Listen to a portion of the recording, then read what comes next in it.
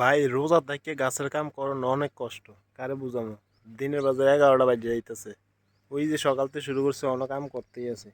দেখেন এক গাছের ভিতরে কত ফুল দিয়ে শেষ করতে আর 1 ঘন্টাতে একটা কত বড় বড় একটা এই যে একটা কি ফুরাইয়া ফুল আনছে খেললে বললেছি দেখছেন আরো তো রয়েছে ফাটছে না আবার উঠল না বলে এমনি দিও আর দেখেন এক লোক 3টা গাছ এনে একটা এখানে একটা কাড়া মোড়ার অবস্থা দেখছেন নি